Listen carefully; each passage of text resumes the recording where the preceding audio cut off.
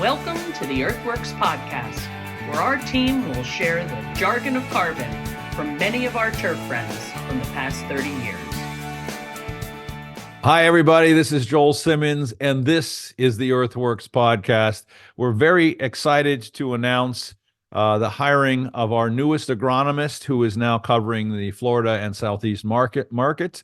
His name is Marshall Evans. Marshall, first and foremost, I want to congratulate you and welcome you to a team of EarthWorks. Also with us is our sales manager and agronomist from Texas and those parts of the country, Kirk Castner, who hates being on camera, but will abuse them anyway. So that's how it goes. Marshall, first of all, thank you so much. First of all, thanks for being part of our team, and I hope that you're excited about this. But let's get right into it. Let's go into your background. I mean, you've got a lot of years in this industry. You were in grass, you were growing grass, and then you went into distributor sales. Then you went to work for one of our favorite companies, Precision Labs, selling wetting agents, working with one of my favorite people, Eric Koskinen. But let's start from the beginning. How the hell did you even get into this silly business of growing grass? It kind of fell into my lap. I was working on a golf course on the cart staff. My roommate was going to school to be a professional golf A pro? pro. Yeah, I couldn't think of the word. I knew the We don't talk to pros much. Yeah, and he just asked if I wanted to come work on the cart staff for a little while and make some extra money. And I said sure. And I mean, cleaning clubs and cleaning carts fine and all, but when you got all this John Deere equipment going by, and your grandfather was a farmer and owner ran a John Deere store, you kind of want to get on the equipment and go do something. So I strolled down to the shop, found the superintendent, and asked if I could give it a shot. And he said, "Yeah, but you won't be running equipment except a weed eater and a bunker rake for a while." Yeah, you'll be schlepping for a while, kid. It was trial on fire. That was all I got to do for a while. Take this weed whacker and show up at 4, and then we'll let you go. But yeah, that's so. Let's go back a little bit. You came from a farming community, didn't you? I did. My family's best friend. The sons were my age. The moms were best friends. The dads were best friends, and they would burn our energy off in the summer, going out and pulling weeds in cotton fields. And I started the summer between second and third grade. So we got picked up. We got picked up in the dark on the back of a farm truck, which I'm sure people nowadays are not aware that you used to be able to ride on the back of a truck and it was safe and nobody cared. But only a few kids died. There wasn't a whole lot of death and destruction. That's right. Got off the back a couple of times. It made you stronger. So Kirk, you're writing that down. He was working since he was 4 years old. That's and working hard. So we got our expectations have just risen exponentially with you now, Marshall. And Marshall, where was that? Where'd you grow up? Where was the farming community? South Carolina, in Bennettsville, Marlborough County. It's middle of nowhere. Middle of nowhere. Middle of nowhere, South Carolina. But I love going back home and seeing everybody and seeing my mom, so it's all good. So let's go back to getting on the golf course. You got there. What I asked this question of everybody on our podcast that's been in turf. What was it that, when did the bug actually bite you? Was that at that first job, when you got down there and started weed whacking? Yes, absolutely. I mean, when they finally let you mow something and you can see the pipes and turn around and instant gratification. I mean, I was hooked immediately. I mean, it's awesome to see the process of how it goes. I mean, you see tournaments on TV and a lot of people think they know that you're just cutting grass. But when you see all the differences and all the science and work and the striping it alone, people think it's just, I don't know how they think the strikes happen, but it's just mowing in certain directions, and it blows some people's minds. So, I thought they laid them out like that. I didn't know it's all mowing patterns. That's kind of funny. That's kind of interesting how that happens. No, go ahead. I was interviewing Clint Steele yesterday from UMBC, and that question came up. What bit you, and the point of instant gratification has always been a conversation point here on the podcast and talking to superintendents, and it's that thing where you work your tail off, you work really hard, and then you don't and you get to see what you did. Now, one thing I will warn you is now being in sales, of course, you've been in sales, so you know this, but sales is not, it doesn't have an instant gratification at all now, does it? And you've been there, so you know what I'm talking about. But that a lot of slam doors in the faces. Yeah, right. There's a lot of no's. You're going to get a lot of the no's. hell out of here. Yeah. A lot of no's are coming your way. A lot of them are going to come from me, but and Kirk. But yeah, it's kind of cool, when talking to guys that have gotten into this and fallen in love with the business, and those are the guys that you're going to be servicing and that we serve, across the country. But it's a good thing to really be able to dive into. Is you do all this hard work. You don't get a lot of gratification from members or some other people, but you get to see the work that you did every single day. And man, that is, any little project, any hobby that you have, anything that you do, in life, having that instant gratification is really cool. Yeah. And we get to see that, with our clients. We get to watch that. So we're living vicariously through them. So I'm embellishing, but let's go back to your background. So you got your first job, you got off the farm, thank goodness. And then, so where'd you go? Where was the first job? This was in South Carolina, I assume. My very first, I guess, job with a license was working at a home and garden center. Oh, there you go. Oh, I didn't even know that. That wasn't on your resume, dude. That one missed it. All right. Yeah. All right, I see That was EarthWorks for home in your future right now. Then that's going to be really good. I like that. Yeah, I learned how to drive really well, real fast when you had a 1980 something 40 Econoline van with no rear view mirror. All you had was the side mirrors and the little square windows in the back doors.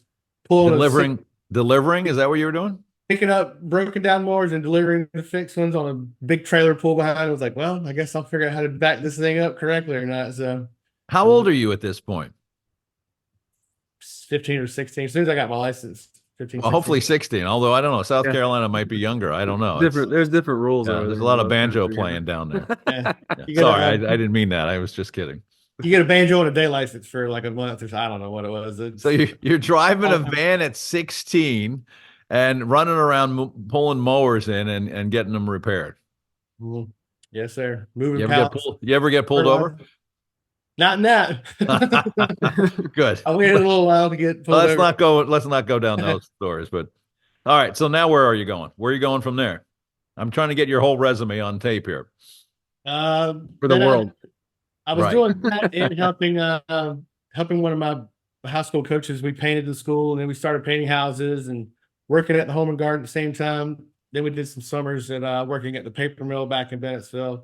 And then I started working on the golf course. I think there you go. Summer of 02, 03, somewhere around there. That's when I started. Did you grow up playing golf, or how were you introduced to the game?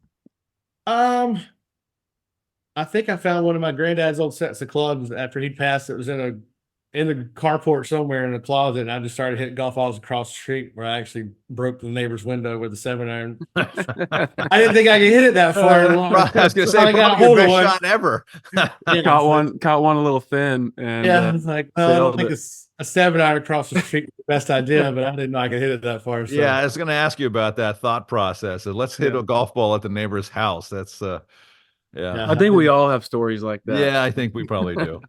I didn't know the difference between what a 7-iron would do and a driver. I just started hitting stuff, but either way. Just grip them and rip them. Yeah, and then before you get your license, everybody wanted to go hang out at Marlboro County Country Club, so the excuse to get out of the house was to go get dropped off to play 18 holes, and me and my buddy would just walk 18, and we played a good bit then. I was a little bit better back then than I am now, but I had more time to play then. Yeah. It's hard to play. You had time for hobbies back then. Yeah, I mean, a good salesman, and I'll qualify that and encourage, a good salesman doesn't play a whole lot of golf. I mean, not many of us get to play, although we get to play. And the neat thing is we get to play on some pretty incredible pieces of property. So, there are some fringe benefits, but I think if I get 3 rounds in a year, that's a lot. And, I don't know if anybody on our team is. We're working on changing that for you. No, I don't think so. I don't know. It gets harder. As my father used to say, at 91, he would tell me that he was way too young to play golf because his image of golf was an old man's game. Clearly not the case. Clearly not the case. So, you were on a golf course for how long? And how many different golf courses? You moved around a little bit, didn't you? I did. I started out up in the Clemson area, and then I went to Myrtle Beach when the bug bit me and I started seeing what I like the instant gratification, but then I started seeing what aerification and things would do. I didn't understand at first why you would take a green that looked great and then poke a bunch of holes in it, Ruin it. and ruin it, and then figure out later that it helps to Uh. grow back better and all that stuff. So I went to Ori Georgetown, Myrtle Beach, started going to school there for golf course management turf, and continued to work on golf courses while I was there. When I graduated there, I went to Georgia for a little while, working outside of Atlanta and Sewanee. So I was an assistant there, and Good resume. I do it. That's a good resume. Oh yeah, it was good. It was a great We'll golf keep course. you. Yeah. Yeah. Let's see what was next after that. I wanted to go back and go to school at Clemson for a while, so I did. Took some turf classes there as well, and then I spent a summer in Florida. Just the no-till renovation process was becoming pretty new. It was a Yeah. new process, and I wanted to get that under my belt. So I came down to Florida first summer of 2012, and we did the golf course I was at had 3 courses out of 1 shop, and we renovated 2 that summer, and they called and asked if we wanted to come back the second summer to the third. I did, and I just kind of got stuck, man. I love Florida and fell in love with living down here, and just moved down here, and I've been down here full time since 2013. So tell me about the no-till process. So that was probably, this is what, mid 2000s? That was 2012. Oh, okay. So even further down the road. So you're starting. So what were they no-tilling? What were they putting in? What were they changing from and to? We did greens and fairways. I believe the greens were Champion, and they were starting to see mutation not a lot of people seeing in the Champion. We converted those to Eagle. The fairways went from, I believe it was 419. We converted them to the newer turf kind of coming out. It was getting a lot of popularity with Celebration. Celebration, yeah. So it was just the tees, approaches, and fairways. We left the roughs.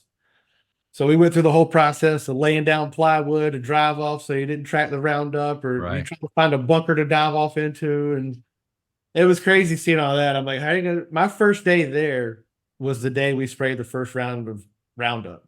So I never set foot on this golf course. I meet all these guys that have been blood, sweat, and tears growing it and keeping it great. And you come in and kill it all. I show up and start spraying everything and killing it, and I love it. I'm like, yeah, we get to kill all this, but it was pretty funny. But so that was your reputation. You're the killer, huh? Yeah, it was that whole team, that whole group, all 3 courses, great superintendents, great assistants. We all hung out after work, families got together. It was a great group of people. You know, that's another great thing about this business is that you get, you guys work your tail off, and then you get to hang out and lots of good friendships. I mean, long lasting friendships have been built from doing exactly what you just described, working your tail off, sweating your brains out, and then hanging out afterwards, chatting about it. And again, you look back, you see instant gratification, and you have a bunch of beers. That's not a bad way to go, It's not a bad little system. And if you're listening and you're looking for a career path, that's exactly what we do. We work hard and then we drink a whole bunch of beers. But not every day, some days. Well, it depends on who you are, I guess. Yeah. Talk to me about the grow-in. I mean, so you did no-till grow-in. So you're just going, you're not recommending, you're not flipping soil, you're not changing the soil. What was that like for you as a young grass grower at that point? I mean, what did you learn from that process? Well, it was very interesting, to say the least. I mean, you go in and you spray it all out, you kill it, then you pull it up, you verticut it to death. I mean, just 8 as many directions as you can get, and then aerify it to make a bed for the new sprigs that are going to be cut into it. And then you just start watering and watering and watering. You think you've watered enough, you have it, turn the head. That was one of my jobs, probably the second summer, was the superintendent handed me a radio. We had it set up on the computer, but he's like, if you see a head turn off, turn it back on the radio. Because that was just, we've evolved and learned a whole lot more since, what was that, 12 years ago of no-till, but a lot less water, a lot less chemicals can go into the kill apps. I mean, I can't even remember I've got the rates in a book from my internship. The amount of Roundup and other things versus what you have to do now is That was going to be my question going back on the when you're spraying it out, how many applications did it take? And did you get 100% kill or did you have some come back? The bookmark, or I guess the best way to do it, especially back then, was at least 3 apps. Okay. And then with the Florida rains in the summer, construction will always get behind a little bit. So some spots would get 6, 7, 8 apps. I mean, it was just go hit that again. If it's growing back, kill it again. But we'd kill it and then we'd fertilize it to try to get it back. And then we'd spray it again. I'm like, what are we doing? But that's what doesn't make sense. Yeah. You got to get it healthy to take in all the products you're using to knock it out. And then, of course, I mean, it's crazy how hard it is to kill Bermuda grass in its environment when it's thriving. It just blows my mind how difficult it is to kill it when you want to kill it, and then when you don't, of course. Like survival of the fittest. I mean, it's going to come back. You spend all these decades of growing it. The roots are way down in there, and you just can't get it all taken out. It'll eventually come back. You'll see it, but yeah, it's kind of disheartening because all the hours you work trying to get rid of it, and then it comes back. But you can kind of look at it and say, well, we knew what we were doing beforehand, so it was strong enough to come back. I mean, got to see the silver lining, I guess. Having too much turf. You come through after the 10 applications of Roundup, phrase mow it out, or you just verticut it down, remove all that material. What's that process look like? I know now there's a lot of phrase mowing going on. Back then, phrase mowing wasn't a thing. It wasn't a thing. Yeah, exactly. In 12, you verticut, side cut, whatever you could do, just keep going and going until you finally. Like you said, 23 different directions until there's nothing left.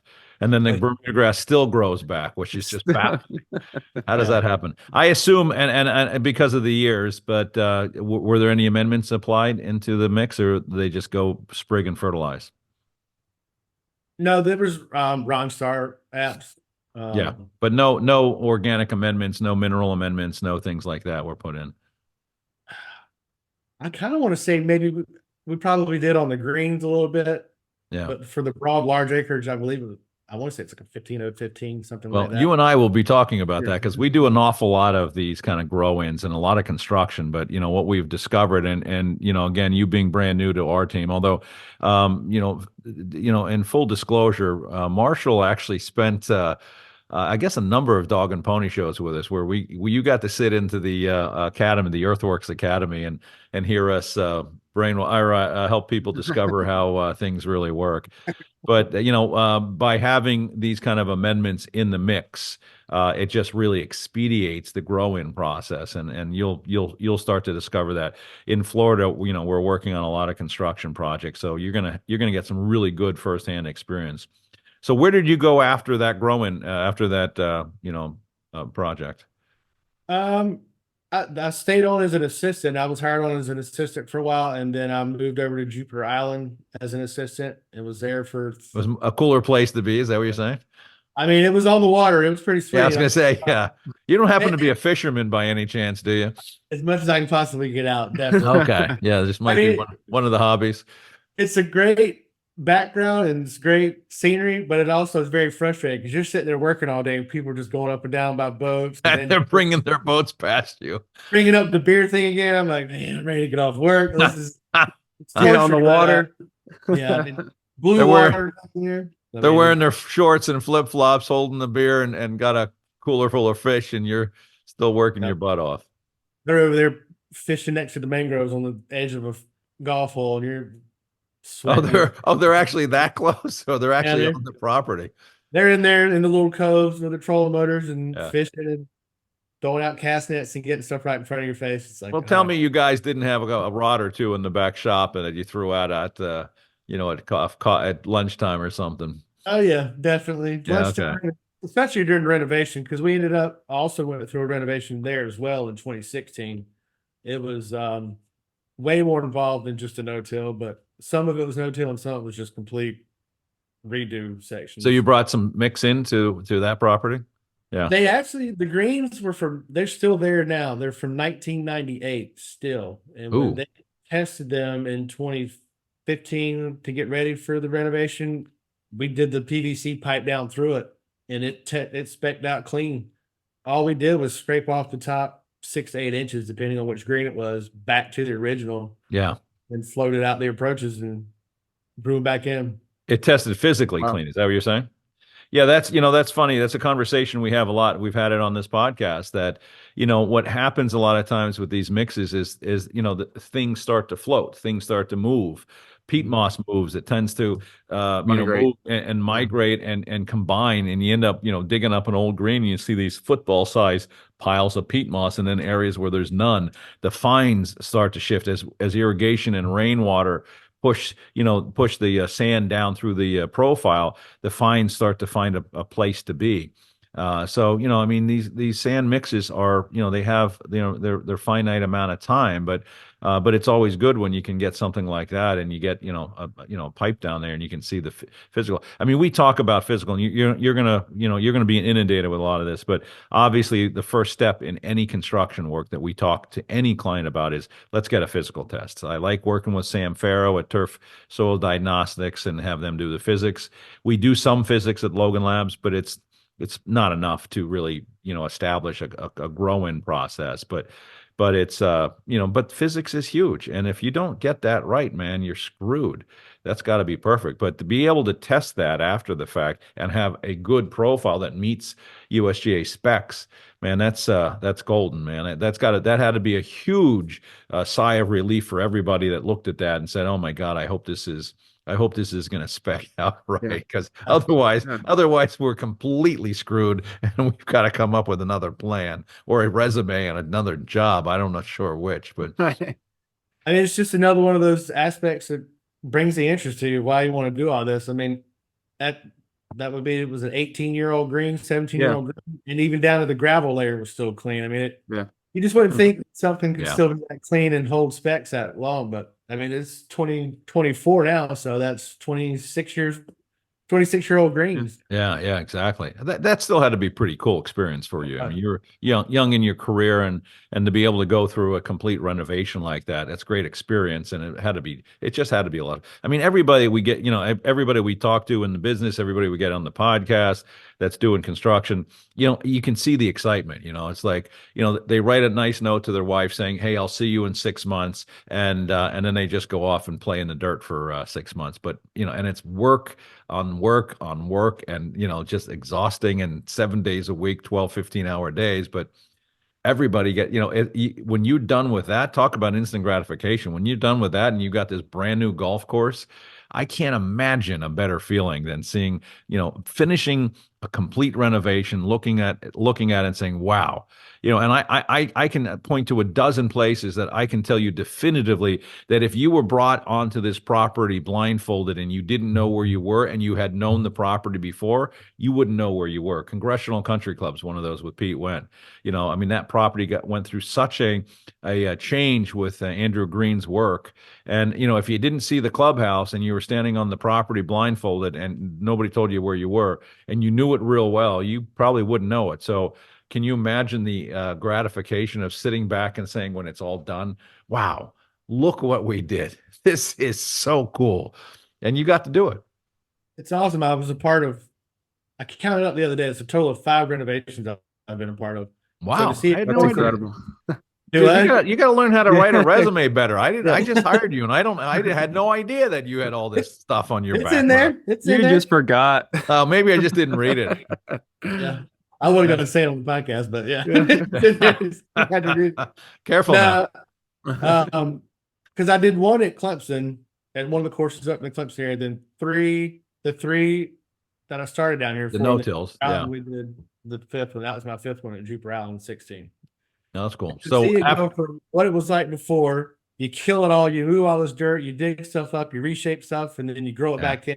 It's awesome. That's pretty cool. The day I go out there and ride with the superintendent, and I'm like, how'd that spot hold up? That was you just remember little projects that turned into huge messes during the renovation. You just can't foresee everything. And like, you remember that? And he goes, oh yeah, I forgot. Because they're there every day, and it just kind of escapes their mind. But when you bring it back up, you're like, how do you remember that? I'm like, well, I left like a year later, so this is kind of time step. It's just where it was, and I left 4 years ago, 7 years ago now. So see, this is the stuff you talk about at the end of the day over a couple of beers, which is kind of cool. So you left Juniper Island and you decided to come to the dark side. Is that? Oh yeah. Okay. I gave it a shot. I was approached and I figured I'd try. I'm like, well, some weekends and some more holidays off doesn't sound too bad. Yeah. So yeah, and it was with a company that I grew up around on the ag side, being back in South Carolina. So I think we can say who it is. I mean, Yeah. you worked for Helena, right? yeah. So, Yeah, and now you're doing direct sales. So you're doing direct, basically distribution sales. And let's talk about this. I mean, we hear this a lot and walking around and talking to guys. Well, if this gets too hard, I'll just go into sales. How easy was that? How was the transition? and was it easy? I mean, there's really nothing easy about what we do, especially if it's you a do lot. it well. I mean, you have your buddies like, oh no, you're gonna have a company truck ride around. You got the weekends off. Enjoy that. Blah blah blah. But I'm like, yeah, okay, well, give it a shot. See how you think. I mean, it's called work for a reason. It's called work for a reason. That's right. Yeah, I mean, I've enjoyed both sides, man. I really being able to say or being on the golf side for so long and then switching, you can just see both sides of it. Now you get more of a clear picture. Right, You can see right. why your superintendent might have been a little more frustrated when the sales guy showed up and he didn't have a second of time for him. Yeah. They might not have said it as politely as you, like, oh man. Well, Like, and on the first day you're in there, stand real quick or you don't make it. right? Yeah. I mean, the first thing you want to do is you call your old buddies and they give you the first interview, but then and then that changes. I mean, it's business. I mean, that's the bottom line of this. It's funny. We interviewed. We did a bunch of work at the show in Arizona, and I ran into an old friend who's in sales now, and he says, yeah, his kid went to. Daddy's working, what's daddy do for work? And he goes, oh, well, my daddy, he just gets in his truck and he drives around and has lunch with his friends and then he comes home. It's like, that's the image of what a lot of people think this is. What we don't get is the instant gratification, which is frustrating. So we live vicariously. I mean, talking about, grow-ins, I love working on a grow-in construction site. I love, especially from the perspective that we have, because, we'll come in, maybe we'll come back in a month or come back in 2 months. And, and so you're seeing the pieces of it in big sections, where you're there every day, it's very subtle because it's changing slowly. But when you come back in 2 months, the irrigation's already in and most of the shaping's done. And then you come back another month and already the grassing has started and you're starting to see really the layout of the property. And then you come back another month and you start to see the fairways being formed and, and all the patterns being, made, and the mounding and the bunkers are now really being, taken care of. It's really quite a fascinating experience. But we don't, the stress of what we're doing is we're there to help people. If we're doing it right, we're there to help clients be successful, and there's a lot of pressure. And of course, as a business, and we're all in a business, we have expectations, and it's not cut for everybody. I mean, a lot of superintendents, unfortunately, are not successful as salespeople because they just don't have. They don't have the cloth that it's cut from, and it's interesting. So you did one-on-one sales for a couple of years. You did direct sales to end users. So you got to meet a lot. And this was in Florida? Yes, sir. Yep. So you got to meet a lot of golf course superintendents. You got to meet a lot of people in the industry. And then you realized it was time to move on and you found a home at a manufacturer site. Talk about that. It was interesting. I mean, again, you go from working on the golf course to then you see the sales side. And then once you get into sales, you start working with manufacturers. So you see that when I was an assistant, I didn't know the difference between a sales rep and a manufacturer. Right. Probably wasn't paying attention. Nobody does. Yeah, I was running a crew of like 20-something people and doing whatever like that. It wasn't on my radar really. Here's that guy with a box of donuts and taking the boss to lunch. Yeah, that's the guy. Did you bring us some Jimmy John's? What's in the box, man? Yeah, right. Is there a pizza in your truck? What's in the box? Yeah, the box. Exactly. We had one guy, a sales rep, we just called him Mr. Jimmy John's because he'd always show up at lunchtime and had 20-something subs in a box. So ironically, ended up working with him later on when I hit the manufacturer's side. He was one of the distributors we used. So it's pretty funny. I finally got to tell him that, and he's like, "Y'all called me Mr. Jimmy John's?" And I was like, "Well, yeah." Showed up with it every time. But All right. Make a note of that, Kirk. Check his Yeah. expense for Jimmy John Jimmy expenditures. John's. Yeah, see what his credit card looks like. exactly. So you go to manufacturing. What's the difference? What's it? And talk about the manufacturing. You worked for Precision, selling, some of the high-end wetting agents. And again, your territory was mostly Florida, or were you moving outside of Florida? I had Florida, Texas, Alabama, Louisiana, and Mississippi, but I'd say I didn't know 85. you had. Was that on your resume? 85% of my time. Yeah, that was on there. It's in the italics man. under. Oh, Yeah. the italics. See, I don't read italics. That's just not, It's in the fine print. it's in the fine print. But 85% of my time was Florida. I mean, that's where Yeah. the biggest distributor partners we had were the most concentrated, or the highest amount of reps were. The way I can correlate them or connect them, my favorite part about switching over was you're still problem solving. I love problem solving. You don't get the instant gratification like I talked about when I first got in there mowing stripes, but you're building upon things. And then when you come back, like you said, you ride with them or you go see them, you come back 2 or 3 months later, the program they started using is working and they're liking it. Hopefully everything's going well. Yeah, hopefully. Yeah. We'll say it did every time. Yeah. But Never does. you get to see all that, and you get to help them work through things. You get to know them personally. It's all about relationships, and You get to build really good relationships. Yeah. And we're in the solutions business, right? So we're looking for solutions to make their lives easier. And that's, to me, I think that's where we get the biggest gratification and enjoyment out of this role. for sure. There's a lot of no's, a lot of slam doors, and a lot of get the hell out of here. But when you get that and you get to see making an impact on golf courses and all kinds of operators throughout the whole turf grass industry, I think that's really that's enjoyable. the other thing. With such a large background in golf, once I switched to sales and the manufacturer, I got to get a whole lot more into lawn care and nurseries, sports fields. Yeah. So I got to spread it out into all that, and that was cool to see a lot more and learn a lot more of those type things. Yeah, when you're on a golf course, I mean, that's your blinders are on just the golf, like that's it. And then you get outside of that, and it's like there's this whole other world of sports turf and lawn care and residential, commercial, universities. There's a whole world out there, and it's really cool to see all of those properties all over the country. Yeah, like I mentioned earlier, people think, oh, you just cut grass when you're on a golf course. I'm like, no. That's it. And you hear some people say, like, the sports turf field must be awesome. All you gotta do is take care of one stadium. I'm like, no, they usually have a whole lot more than that. Yeah, there's a little bit more involved. 3 acres of turf, they're under a microscope. I mean, they're on that 2 or 3 acres all the time. Everybody has their different stress levels, and you learn a whole lot more about all that when you get out. Yeah, and those are high pressure environments too. And the sports turf guys have, it's their Saturday or their Sunday or whatever their day is. They got to be done. They got to be ready. So the pressure rolls down to that one event, for these guys. But yeah, you're right. It's very cool to be able to work. I love working with the municipalities and the guys in universities.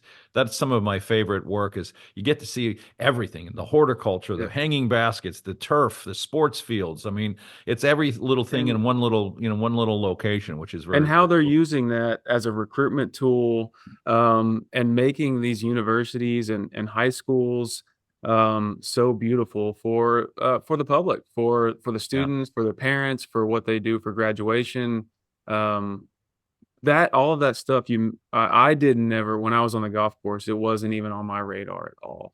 Yeah. And coming into this, that's been something really cool. I mean, you learn about the guys that have, say, a baseball field. They're there till 1 or 2 o'clock in the morning because a lot of the small minor league teams like to do fireworks and stuff. So they're there cleaning up fireworks. I mean, they're watering down the skin until 1 in the morning just to try and get back up and do it again the next day. I mean, you just don't know about that kind of stuff. You don't know what you don't know. Every job, like you said, it's called work for a reason. Every job has its own set of pressures, and that's one of them. But now that we know you have a lot of school and other experiences, that make a note of that too, Kirk. We'll make sure that he gets out to those. Talk to me. So you working for Precision, and now you're learning all sorts of stuff about water management, which is, to quite honestly, imperative in our industry, that we understand water and what water impacts. And as we say a lot in the academy, I mean, the single biggest input on the golf course or on the athletic field or anything is the water. And You that's know? often forgot too. Yeah. It's just not, you don't think about it that way as the input. And it's the largest input that there Yeah. is, and how that impacts the soil chemistry and the biology and the plant. And so you come from that background. Oh yeah.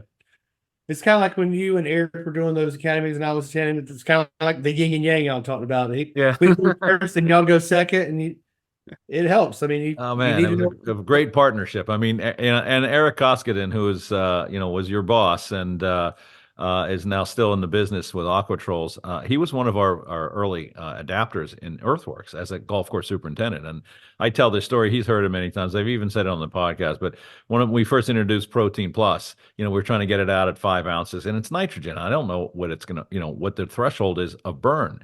So Eric calls me up and says, "Hey, can I put this out at 18 ounces?" And I just like gulped. I froze because I assumed that he's going to just burn up the place. And his great retort was, "I don't think I've ever heard Joel Simmons quiet. He just shut up."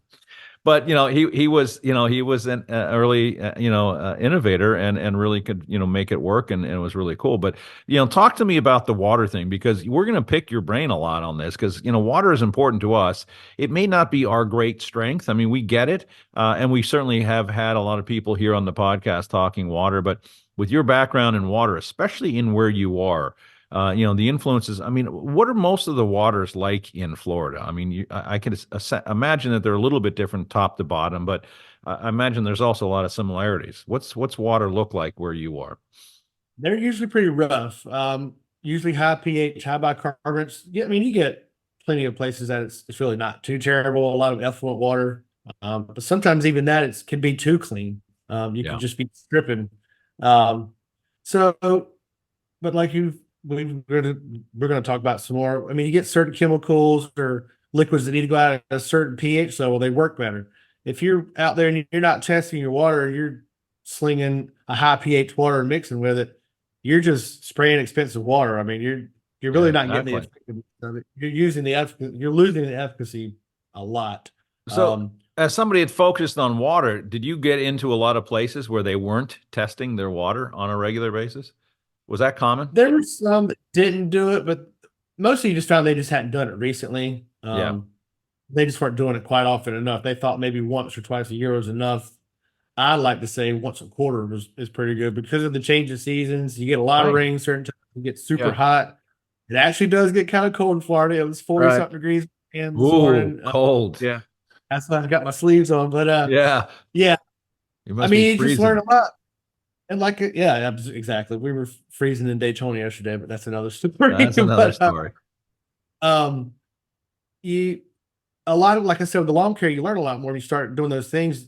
You get guys that they're having a whole lot of callbacks because the weed suppression is not like it should be. Right. But then start checking the routes. The morning route's not too bad. It's the afternoon route where the tank's been sitting for hours and you didn't use a strong enough buffer or bicarbonate reducer. So after they've gone to lunch, the truck's sitting in the parking lot, they go back out, they're just spraying really expensive water and not really doing anything.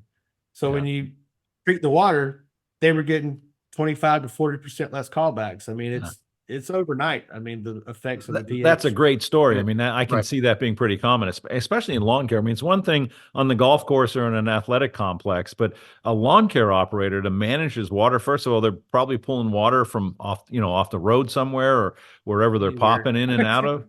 And I mean, and it still needs to be buffered. I mean, you guys at Precision did a great job with buffering agents, but that's core chemistry. I mean, and that's really what is the backbone of everything that we're doing here. I mean, you're going to move away from water, obviously, although water is going to be a big part of what you're doing, and getting into, water soluble paste extracts and soil tests and the core, colloidal chemistries. But that water starts it all, man. And, that's why those academies that we did, together, Eric and I, and, starting with water, man, he could come in and just really nail that water conversation down. And if it's the biggest input, I mean, think about it. It's your first limiting factor. If you got that, if that's screwed up, anything else you're doing behind it isn't going to do well. I mean, one of the best examples is if, an herbicide doesn't work because the water is all messed up, and you were able to, kind of get to guys and help them understand that. So now you have to start to really learn how to read a soil test. How do you feel about that, bud? It's time to get dirty again. Just feel like college. Exactly. Yeah. So, you'll be reading just numbers, right? It's just numbers. Yeah.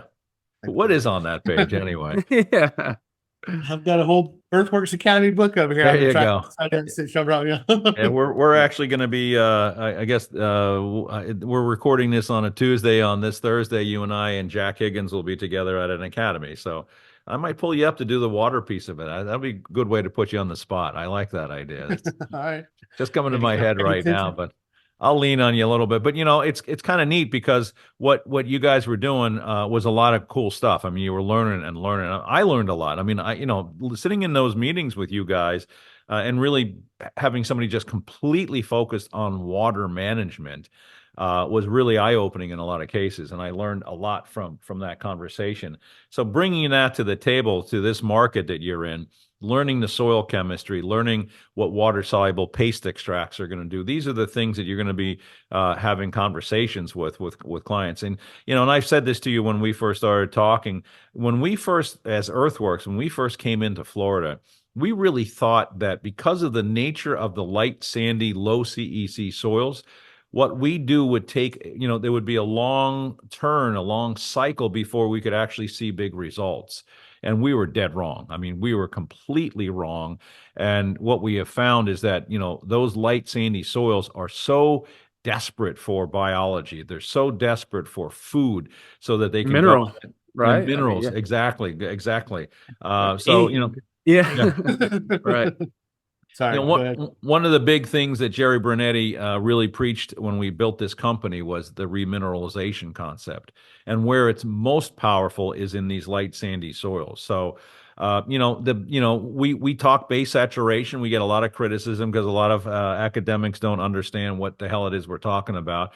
That's really about physics, but on light sandy soils, it's not as prevalent. I mean, it's a tool that really works heavily on colloidal soils, clay soils, heavy CEC soils. But you're going to be leaning a lot on water-soluble paste extracts, understanding of what's on the colloid, what might be mobilizing, and if nothing else, it fits right back into what you were doing with water. Right. And you're going to be looking at bicarbonates and sodium and the ratios between potassium and sodium. And this is where we're going to really be able to help a lot of people in that marketplace. And then when we start feeding that soil and we bring minerals into that soil, and we've been in Florida now for a number of years, Kirk. I don't even know how long we've been in Florida, but it's been a while. 5 years. Yeah. We've seen some pretty cool things. I mean, it's a market that, as you know, we have great expectations for. Yeah. So the pressure is on, my friend. So you're going to be, you're going to be really kind of pulling this thing through, which is kind of cool. But you're coming in at a great time with a great background. Understanding water is huge. Having learn some sales skills, basic sales skills, knowing how to work with people effectively is huge. And now you're going to start to learn the whole, the other side of the story, as Paul Harvey would say. And we're gonna inundate you with soil testing. We'll get you up to Logan Labs at some point so you can see what that's all about. But you're going to be talking to guys, about their pain, and the pain starts with the soil and the water, and is anything really happening? And ultimately, that boils back down to soil biology. So, how do you feel about becoming a soil biologist now that you've gone through all this in your career? I'm ready. I mean, it's not going to happen overnight, and it's a lot of work, a lot of studying, but I'm ready. You guys are great, and I've had nothing but full support. And a week and a day. That's because you're on honeymoon. That's going to go away in another week, pal. You're screwed. You're going to get hammered, and we're going to swim. No, that's not true. Get out there. What have you done for me today? Concept. No, that's definitely not true. But, I mean, obviously our goal is to really help people discover how biological soil management can help them. The nice thing for you is that you've got a lot of people already in your market that, you can, reference, say, hey, we've been doing this down here for a while. We're not newbies anymore. And right. We understand the soil piece of it, and having you with the water piece of it, and you with the contacts and able to get around just in Florida for right now is going to be really big for us. And I think you're going to learn an awful lot. And for the industry, I mean, for the listeners out there, and for all of the turf managers in Florida, I think with his background and knowledge of water and what he's going to be learning, on the agronomic soil piece, what he can bring to help them solve their problems and make their lives easier and make their product better. That's going to be huge, and we're committed to it, and we're excited about Florida and bringing Marshall out to Florida and hitting the road.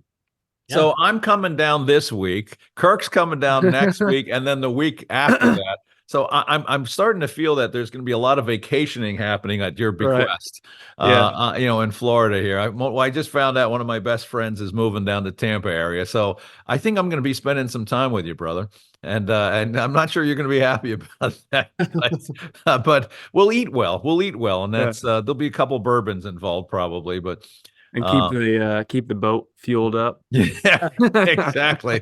Why didn't does he have a boat? I didn't even know that. Maybe we can put that on the resume. Maybe I should put that on there. Yeah. Well, no, I think that's good. I think the key thing though is you got to buy a bigger boat and get more into debt, so you have to work a lot harder. That's a challenge, and I'm kidding, obviously, but yeah, I mean, what we're able to bring to the table now is all this expertise.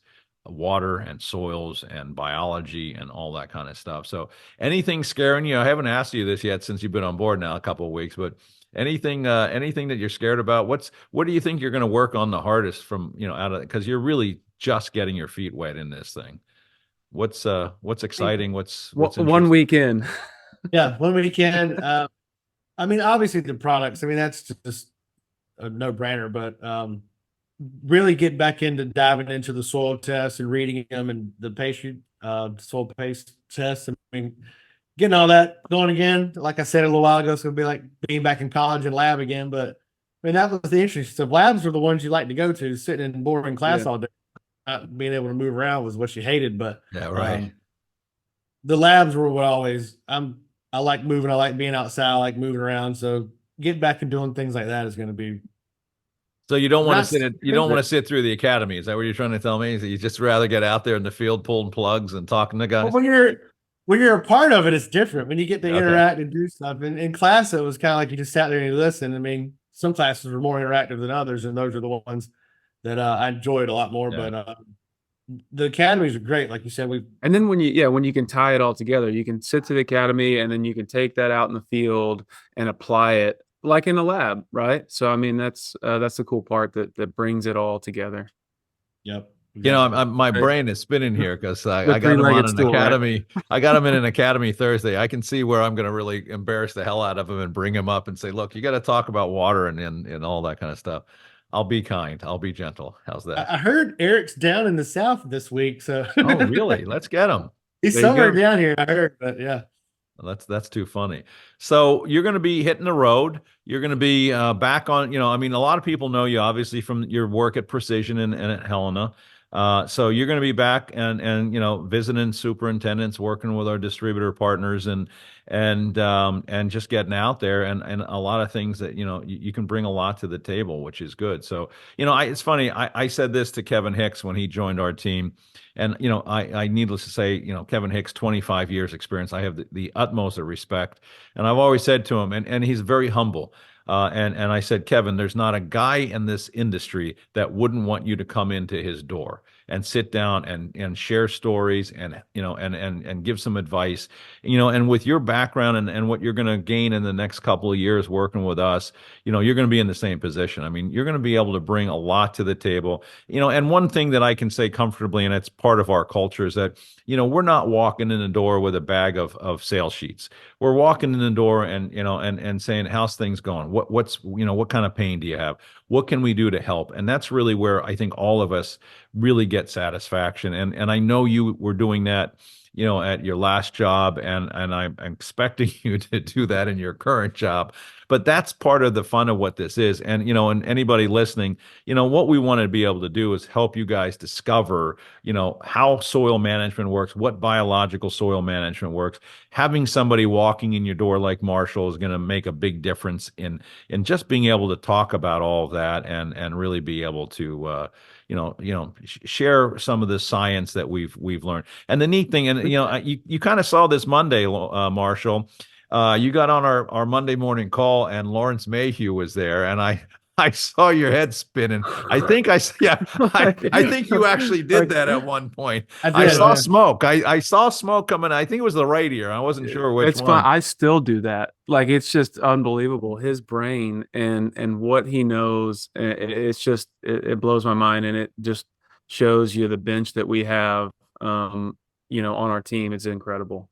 He's one of the brightest minds that I've ever met, and I have to distill it down so much just to comprehend it, or listen to it like 100 times and then re-listen and re-listen. But, I haven't shared this with you, Marshall, but we have all the recordings from months and years of Monday morning meetings with Lawrence, where he'll just go off, and we're like, and Kevin Hicks started this. He goes, Joel, hit the record button, because I'm not going to get 90% of this, And I think what they say is, like in any seminar, you get 20%, then you lose 10%, and you lose, another 5%. But having somebody of his brain power. I mean, and having had Jerry Brunetti there, who was, even stronger, when we got this thing started. I mean, I've been blessed to be able to surround myself with people that I can plagiarize from and steal from. So it sounds like I'm smart. And that's what I want you to be able to do, is, start to get out there, but enjoy it. I mean, learn. And I mean, the neat thing about us is that we're constantly pushing ourselves to learn more science. And, obviously we're focused on biological soil management, and clearly we get some pushback by people that don't understand it. But man, the guys in the field, and you're going to see this soon, taking what you've done with water and now bringing it to biology, the guys in the field are going to just look at this and say, wow, I never knew it could be like this. And they're going to go home earlier. They're going to be happier. They're going to have better results. They're going to have less inputs. They're going to be able to manage with less and manage their water, which is huge. Certainly one of the biggest drawbacks you guys have in Florida is sodium and bicarbonates. And you've lived that with your water skills. So what we're going to do is now take it to another level, and we'll buffer it with the soil biology. So yeah, you got a lot of stuff to look forward to, brother. We're going to be pulling you left and right and up and down, but so how does anybody find you? I mean, you're Marshall@soilfirst.com. That's probably the easiest way to get you. Obviously, I don't know. Have we gotten him on the website yet? He's probably too young to put on the website. We might have to wait 3 weeks. There's a 3 make sure we want to keep him, Yep. Yeah. See if he pisses us off. He took off yesterday for the Daytona, so I don't know. That was a big deal, but we'll see. And I'm kidding, obviously. How was that? So you were at the Daytona 500. Yeah. Do I? You were at the Daytona 500 yesterday. How was it? It was cold. It was good, but it was cold. Was, what, 60 degrees? It's 35 degrees here right now. I'm sitting in New Jersey. So, well, we had really good seats, and that means you're really high up, so you can see a lot. And there was nothing to break the wind, and it's a lot of moisture in the air down here. So it's a different kind of cold. My buddy from New York was down, and he was even bundled up. He's like, it's pretty cold. I was like, yeah, it's all relative, right? It's windy, but everything got rained out over the weekend, so they made it up yesterday, and we met with you guys for 2 hours, and then in your truck to the race. So it's quite impressive, actually. He's sitting there with grass behind him and in his truck, and I'm like, where are you? Well, I'm in my truck in the parking lot. Oh, well, that's commitment. I'm impressed by that, I have to say. Tailgating through the Daytona 500. So I'm frantically flipping through the he's trying to keep up with Lawrence on the product analysis sheet. All right, what the hell's this guy talking about, for God's sake? So you're how many years? Go ahead. How many years have you been going to the Daytona 500? Is this a annual event? The first time I went was 2015 or 16 to that one, but I've been going to Darlington since I was 6, because it's like 30-45 minutes from where I grew up. So yeah, been a lifelong family thing. So your big passions are fishing and car racing. Yep. Absolutely. There you go. So are you still golfing at all? I mean, I remember you were telling me that, you tend to go to some of these meetings and just sit in a tee box with a table and some pamphlets, but are you golfing still at all? Certain ones I'll go hack it up, and other ones I think my the ROI and time's more well spent with me sitting at a tee with information. I get to talk to everyone that way. Right. Everybody walks by, which is good. Yeah. That's great. And I love doing that. I love getting to speak to everyone. You guys are talking the most, because this is my first podcast, but I'm a pretty high eye if you've ever done a disc train. I like to talk a lot. So it works in my advantage to sit there and talk to everyone as they Oh, come. you'll be on the podcast again, my friend. I can Oh yeah. you'll definitely find your niche in there. But I want to welcome you and thank you, and we're excited about having you on board. I hope that you can get around and get to introduce EarthWorks to a lot of people that haven't heard it, and I know you will. And we'll be down. We'll be doing some academies, over the next number of months. And the academy again is a couple hours. It's usually a breakfast, lunch. We like doing them at like Top Golf so that we can hit some golf balls. But it's a camaraderie thing. But it's really common sense how a soil really works. And it's been really good for us, and it's been really good. We get great feedback. Like I said, just this morning we had some great feedback from one of our sales reps from up here that had a client from a fairly good sized lawn care company just wrote this flowing, letter to him saying, "Man, that was the best meeting I'd ever have, and I'm really starting to think differently. And I like the idea of, working with the soil first and working from the ground up." So you're going to get a lot of that. So there's instant gratification in all of that. Yeah. So high expectations. You're going to have some fun. We're going to go do some cool things. We'll probably all get together as a team and go out to the PGA in Bourbon Country and in Louisville. And who's they're a good, Valhalla has been a good client and some good friends out there. So we get to do some pretty cool things, and but we also work pretty hard. So yeah, there will be a few days driving around in a truck, having lunch with friends, but there'll be a lot more of just trying to figure out how things going. And certainly if anybody's doing any construction work, that's really been one of our greatest strengths. And reach out to Marshall if you have questions, or if you just want to hear what we've been doing.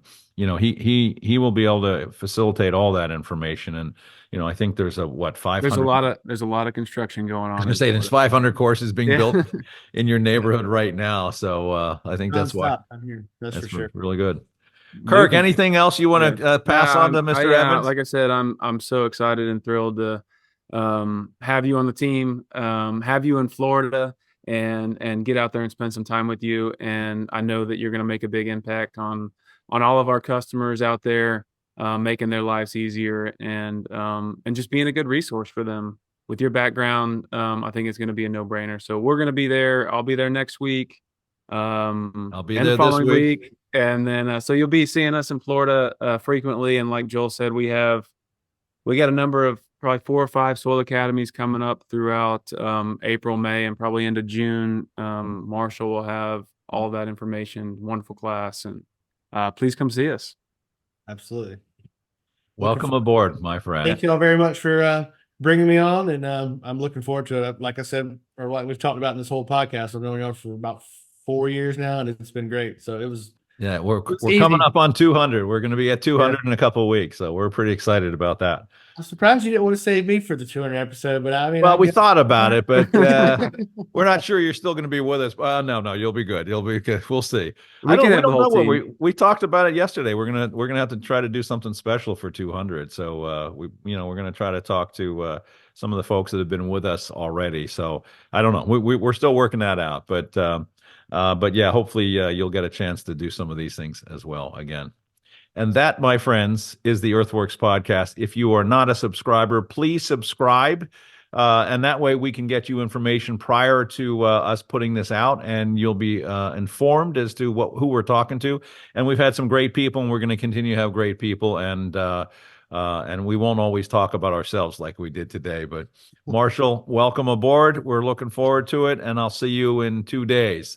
And you'll be my chauffeur, which will be wonderful. And did they tell you about you having to chauffeur me around? I haven't told you about that yet. Okay, I'll get you up to speed. That should have been in the first day of the interviews. Yeah. So I should have gotten a resume from y'all. Yeah, you should have. It would have helped you out a lot. Thank you, folks, very much. And again, we'll be back next week with another EarthWorks podcast. Thanks, y'all. Appreciate it.